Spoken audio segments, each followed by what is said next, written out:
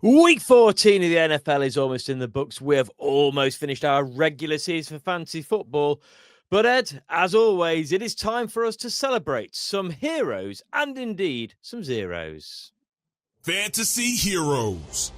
How did Gibbs get on this week? Just a Jameer 43 rushing yards, but 3 touchdowns and 7 receptions for 77 yards still led him to a monster week. Can we rely on Sanders for fantasy football? We sure could in week 14. And the Alpha Dog dude wipes the floor with the Titans defense. Josh Allen appeared to have the key to the Bengals defense, who were in no rush to stop the pass. 251 yards and 3 touchdowns made for a convincing comeback in the snow. Welcome to the Blake Corum Fan Forum. We're experiencing a high volume of calls following his breakout game. Please check Waivers and return for more next week. Tony has been a phony for much of the season, but Pollard gave his first top performance of the year this week. It's a shame he's only started in 25% of leagues.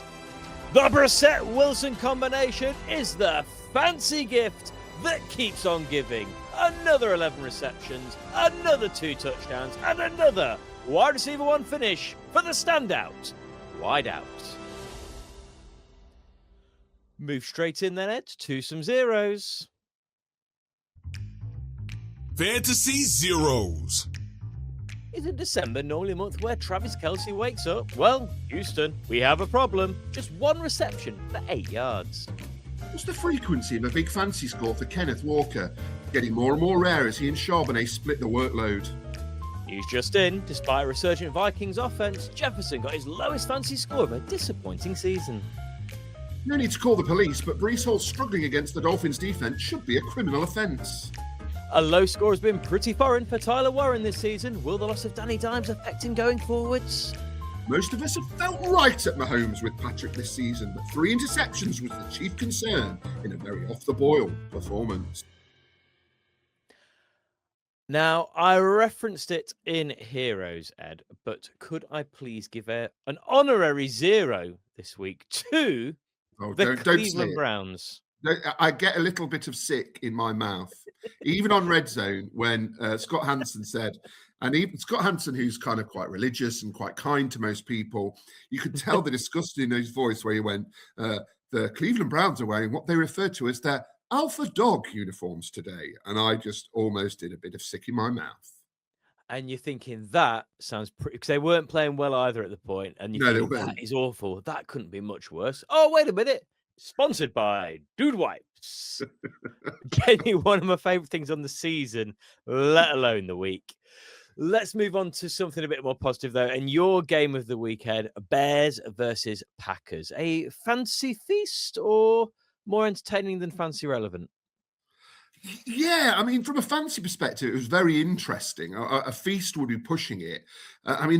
In the game as a whole, the Bears couldn't quite complete the comeback in the second half as Caleb Williams threw a pretty horrible pick to end the game, a throw I'm sure he'd want back. The Bears finally broke that streak of 11 consecutive wins for the Packers at the end of last season, but were very much back in familiar territory for Bears fans last night as they came up short against their divisional foes, who now top the division. However, that is a tight, exciting division. The Bears, Packers, and Lions all still have a realistic hope of topping that division. Looking at it from a fancy perspective, Jordan Love, he's QB 13 overall, but he's been absolutely rock solid in back-to-back huge divisional matchups. 7 touchdown passes in the last 2 games after he'd had 7 in his previous 7 games. So he's really stepped up to the mark. I think Caleb Williams is going to be disappointed with the way the game ended, but it was another solid performance. And QB7 this year is a big step up from QB16 last year. Probably where we predicted. We were quite high on him. And maybe there's been a few disappointing performances, but I think from a fantasy perspective, he's entered a different tier this year. Moving on to running backs, DeAndre Swift and Kyle Monangai split the rushing load almost 50-50 yet again. But we didn't have the sort of points extravaganza they experienced against the Eagles last week, as neither got a touchdown. Can we start both in the fantasy playoffs, Mark?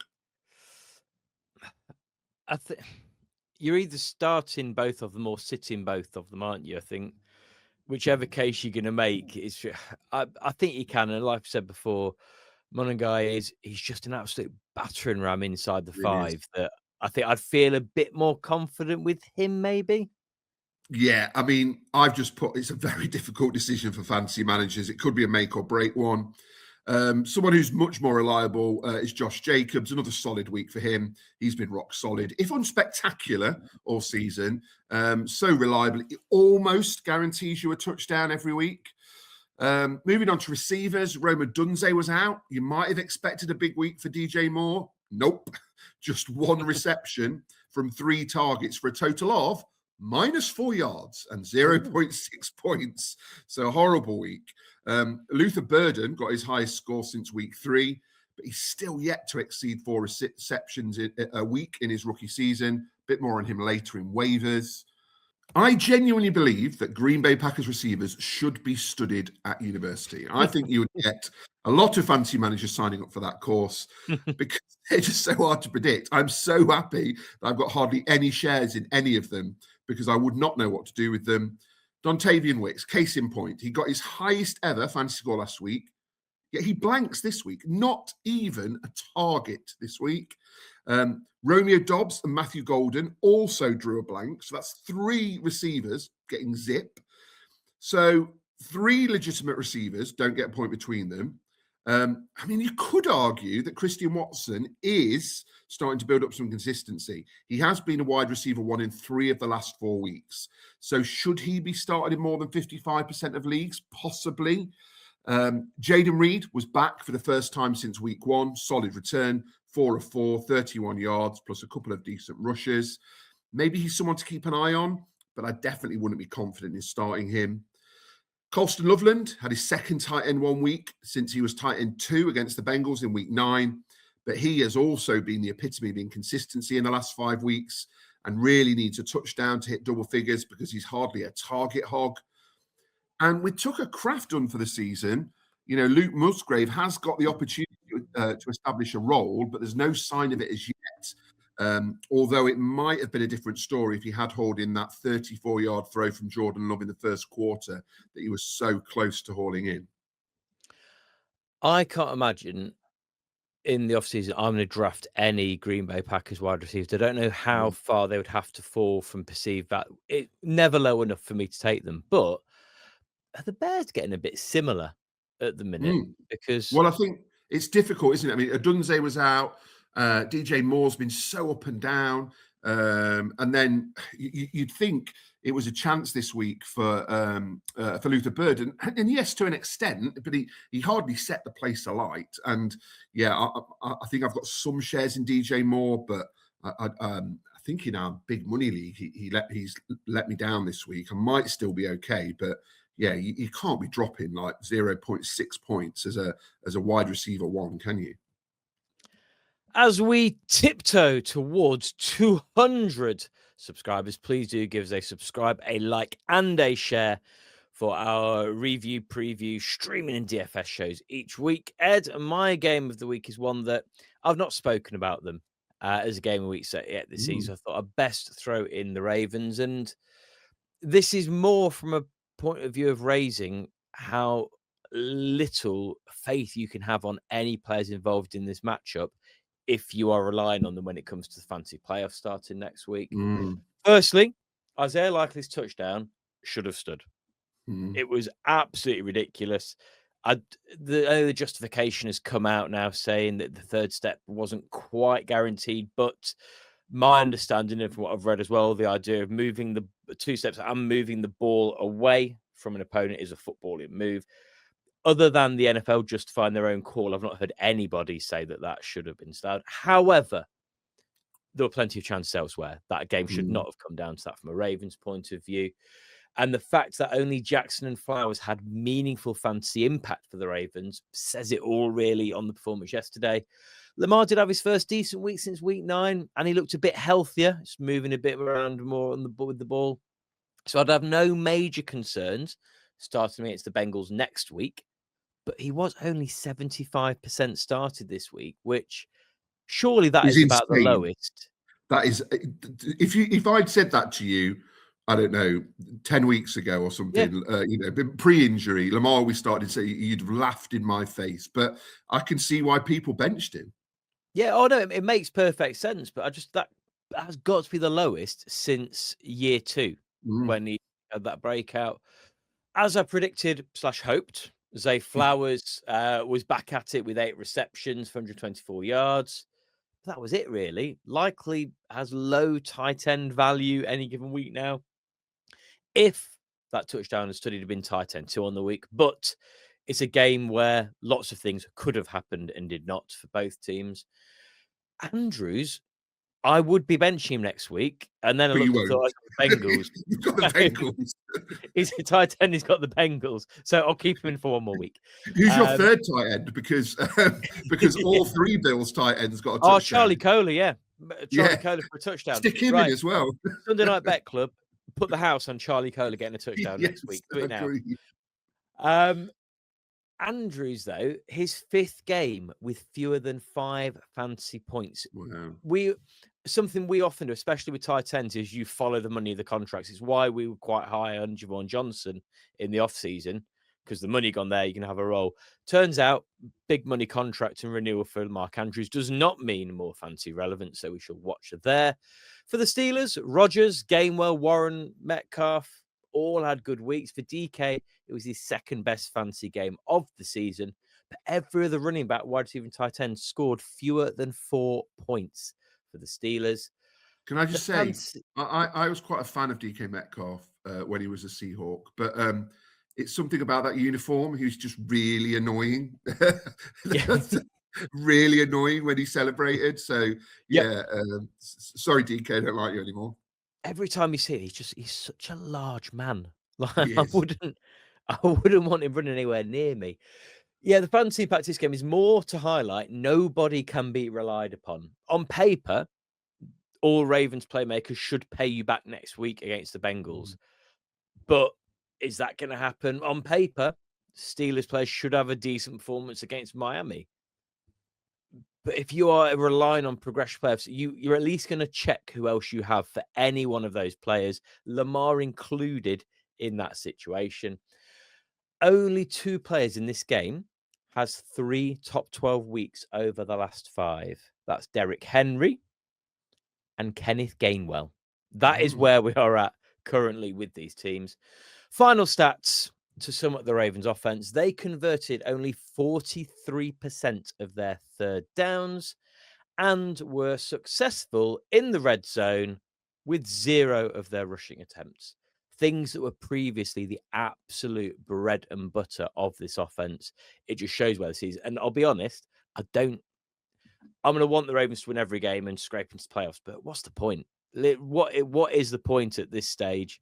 I really don't see it, but we shall look at it this week when we have the TH Derby as the lackluster Ravens face up against the bungling Bengals. Any other fancy talking points for this week from you, Ed? I think we just got to start off by talking, unfortunately, about a couple of horrible injuries. I mean, does the loss of Danny Dimes mean curtains for the Colts' playoff chances? Quite possibly. Also, how does it affect the likes of Pittman and Tyler Warren? I think it does affect them. And the injury to Zach Ertz just looks horrible. And I mean, that's more like, is that the end of his career, really? That was just a great. You're initially looking, thinking, God, what's he done to his head and his neck? And then you look back and see what's happened to his leg. Oh, awful injury for him. George Pickens, I'm going to go from injuries to attitude when it comes to questions. A lot of it's been made of his perceived lack of effort Thursday Night Football, but I want to speak in defense of George Pickens. Let's remember, he's currently having an exceptional season, averaging 18.9 fantasy points per game.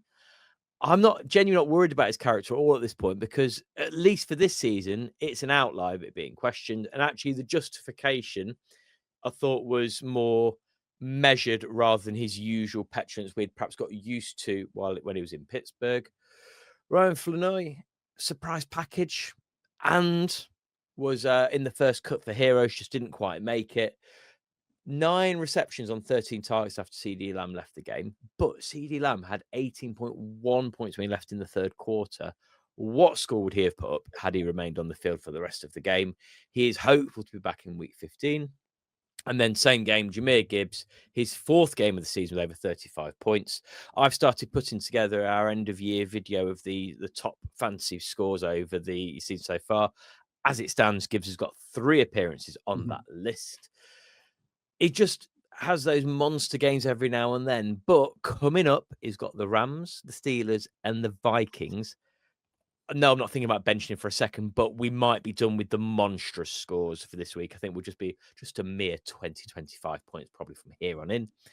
And I also want to mention Puka Nacua, who absolutely should have been a hero, Ed. Full disclosure, couldn't think of a rhyme that worked. That's the reason he didn't make the cut. You asked me if I wanted to have the Bengals as my game of the week, and I said no, because I was still quite sad about what happened. But in reflection, I mean, a couple of horrible picks for Jerry B, but he looked absolutely brilliant before that. It just came as an absolute bolt from the blue.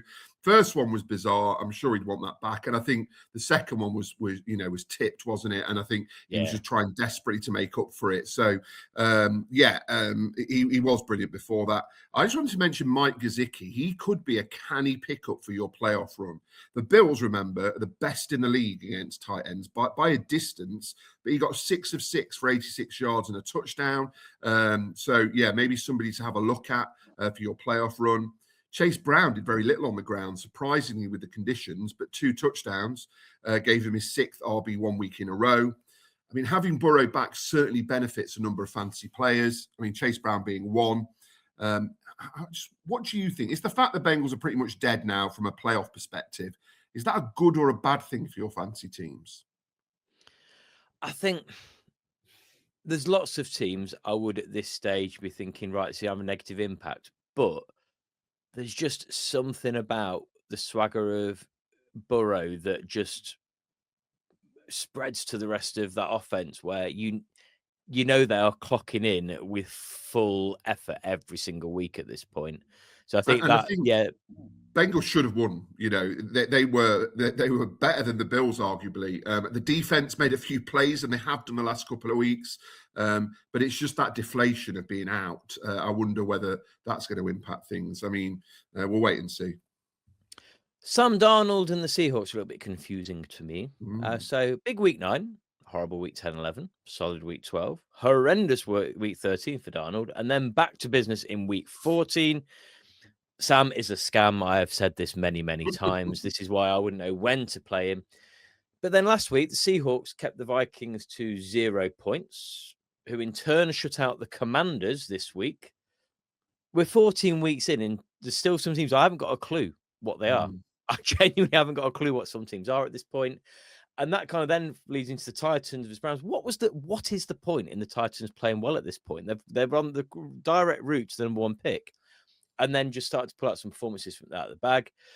Shadur Sanders got it done, and I think it may have given the young man some much-needed confidence. I think he's been struggling with that. Such a shy, retiring young man.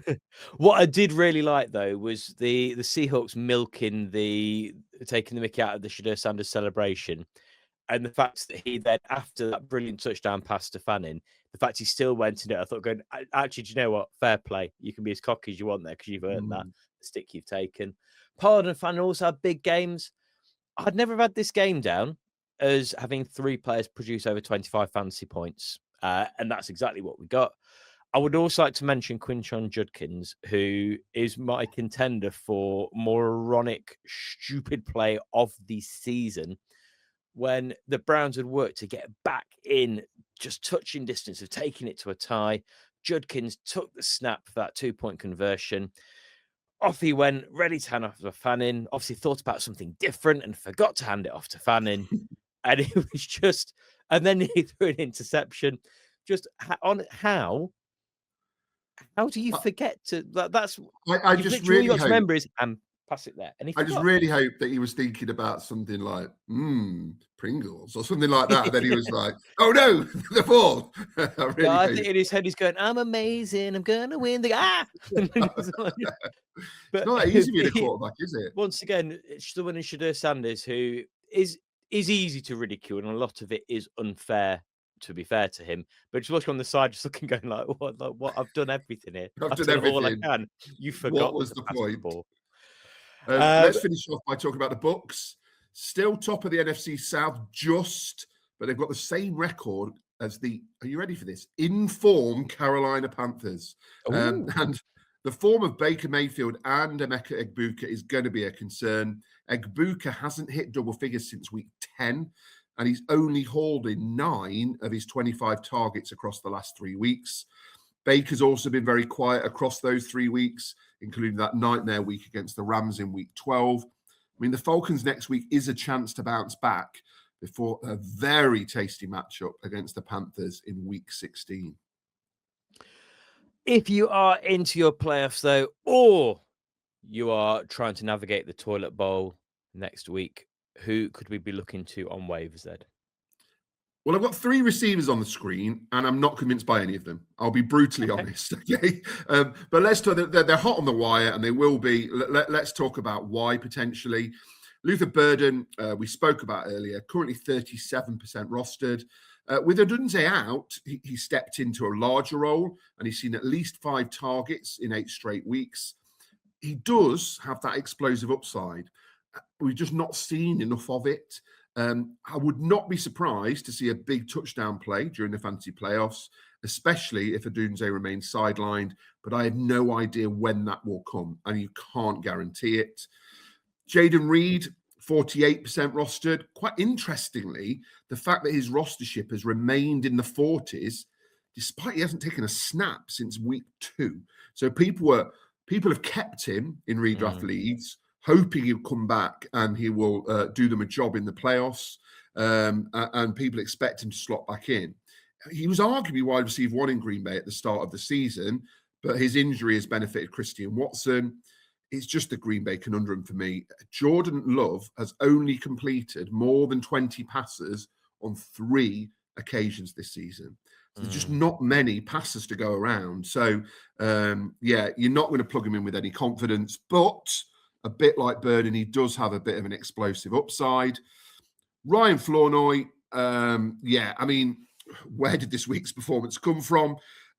He's 2% roster, so he's going to be available. It was his second wide receiver 1 week after he popped up with 18 plus weeks in week 5. The problem is that he's had 4 weeks where he's blanked completely, and another 3 where he has scored less than 5 fantasy points. So it's feast or famine, more often than not famine.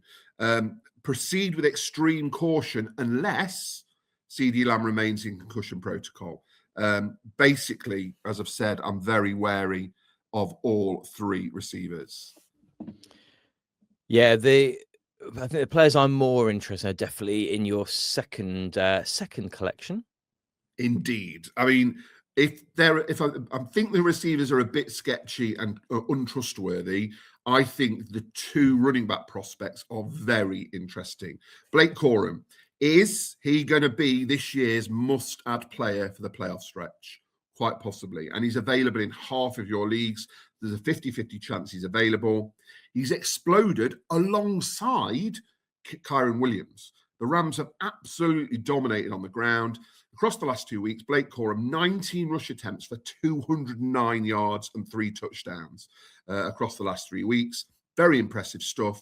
And he's making a case to be the lead back in LA. I would get him if you can. And I would slot him in and be playing him. Are you in on Blake Corum at the moment?